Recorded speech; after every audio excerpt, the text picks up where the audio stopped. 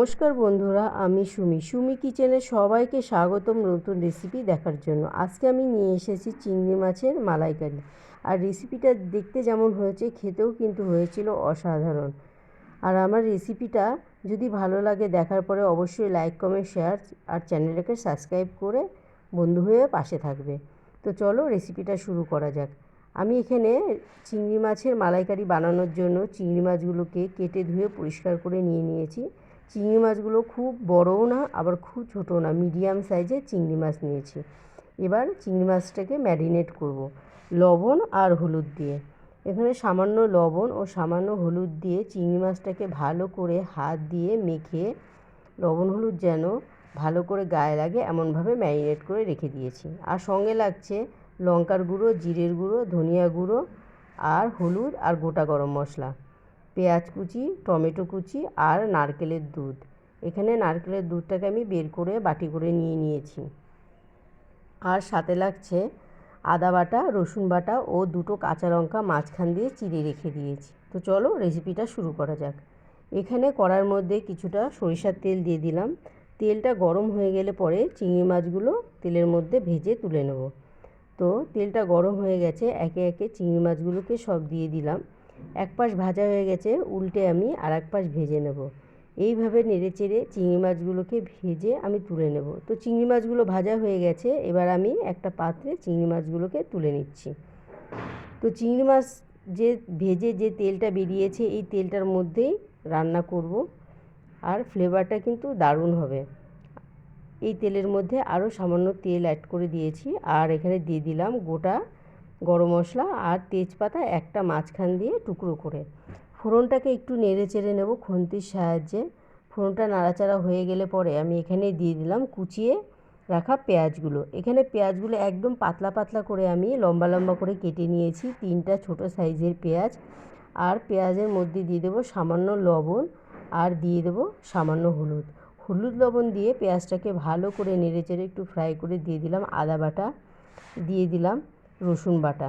এখানে আমি আদা 1 চামচ আর রসুন 1 চামচ দিয়ে দিয়েছি। এবার পেঁয়াজটার মধ্যে আদা রসুনটাকে ভালো করে একটু দিয়ে কষিয়ে নেব। নিয়ে বাদবাকি মশলাগুলো আমি এখানে দিয়ে দেব। তো আদা রসুন পেঁয়াজটাকে ভালো করে কষানো হয়ে গেছে, এর মধ্যে দিয়ে দিলাম লঙ্কার গুঁড়ো, জিরের গুঁড়ো, ধনিয়া গুঁড়ো, হলুদ। সব মশলাগুলো আমি একেবারে দিয়ে এর মধ্যে দিয়ে দেবো সামান্য পরিমাণ জল। যেহেতু আমি এখানে গুঁড়ো মশলা ব্যবহার করলাম, তার জন্য এখানে আমি জল ব্যবহার করব, না হলে মশলাটা পুড়ে যেতে পারে। তো জল দিয়ে আরও কিছুদিনের জন্য মশলাটাকে ভালো করে কষিয়ে নেব, যতক্ষণ না মশলা থেকে একটা এক্সট্রা অয়েল ছেড়ে দিচ্ছে। তো প্রায় মশলাটা কষানো হয়ে গেছে। এবার আমি এর মধ্যে দিয়ে দেবো একটা মিডিয়াম সাইজের টমেটো কুচি। টমেটো কুচিটা দিয়ে ভালো করে নেড়ে চেড়ে আর একটু কষিয়ে নেব, যতক্ষণ না টমেটোটা সফট হয়ে মশলার সঙ্গে মিশে যাচ্ছে, ততক্ষণ আমি এইভাবে নেড়ে চেড়ে কষাতে থাকব। তো মশলাটা কষানো হয়ে গেছে প্রায়। এর মধ্যে দিয়ে দিলাম চিনি। এখানে 1/2 টিস্পুন চিনি দিয়ে দিলাম। চিনিটা দিলে চিংড়ির মালাইকারি স্বাদটা আরও দ্বিগুণ হয়ে যাবে। তো মশলাটা কষানো হয়ে গেছে, টমেটোটা সফট হয়ে মিশে গেছে। এই পর্যায়ে দিয়ে দেবো কাঁচা লঙ্কা, চিড়ে রাখা কাঁচা লঙ্কা দুটো। কাঁচা লঙ্কা দিয়ে আর একটু কষিয়ে নিলাম, নিয়ে নেড়ে চেড়ে এবার দিয়ে দেবো আমি এখানে নারকেলের দুধ। যে আমি একটা নারকেল কুড়িয়ে ভালো করে পাটায় বেটে দুধটাকে যে বের করে রেখেছিলাম, সেই নারকেলের দুধটা দিয়ে দিলাম। আর দিয়ে দিলাম স্বাদ মতো লবণ। এবার ঝোলটা ফুটে এলে উপর দিয়ে ভেজে রাখা চিংড়ি মাছগুলো দিয়ে দেবো। আর একটু নেড়ে চেড়ে উপর দিয়ে গোটা গরম মশলা গুঁড়ো দিয়ে দেবো। এখানে আমি গোটা গরম মশলাটাকে গুঁড়ো করে রেখে দিয়েছি। তো মশলাটাকে দিয়ে দিলাম, গরম মশলাটাকে দিয়ে একটু নেড়ে চেড়ে গরম গরম ভাতের সঙ্গে পরিবেশন করব চিংড়ির মালাইকারি। রেসিপিটা কিন্তু অসাধারণ খেতে হয়েছিল। আর তোমরা বাড়িতে ট্রাই করে দেখতে পারো এবং কমেন্ট করে জানিও রেসিপিটা কেমন হয়েছে।